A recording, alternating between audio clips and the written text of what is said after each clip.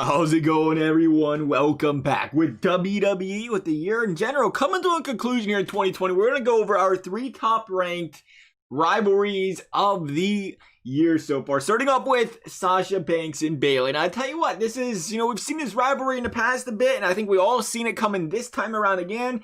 But you know what? There was surprise after surprise in this one. I don't know how many of us actually seen both of these women holding the tag titles and the respective women's championships at the same time. It added that little extra twist of when's it going to happen? Is it going to happen? How's it going to happen? And it was a great rivalry once the two did split up. Seeing it over there come to fruition in Hell in a Cell, and we loved the Sasha Banks Bayley rivalry. Loved how they ran with it. That's number 3 on the list. At number 2, we have Jey Uso versus Roman Reigns. I'm being completely honest. If this was a regular year, crowds and all, I think this would make number 1.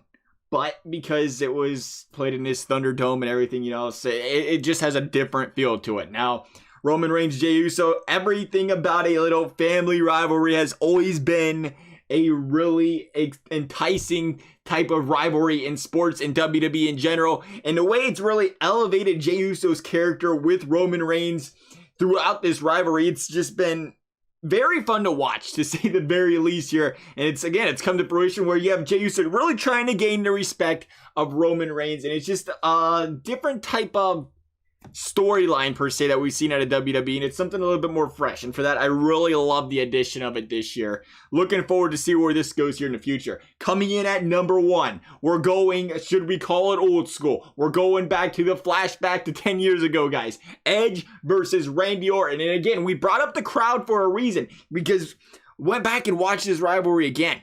It is just amazing how electric the atmosphere was. You take it for granted nowadays. You don't really think about it, I should say. But it is just amazing, the electricity in the air when these two, their rivalry started off with, hey, let's bring Rated RKO back and bang. RKO out of nowhere. The storyline with Edge, the storyline talking to, Beth Phoenix. She got an RKO as well. You can never go wrong with multiple RKOs.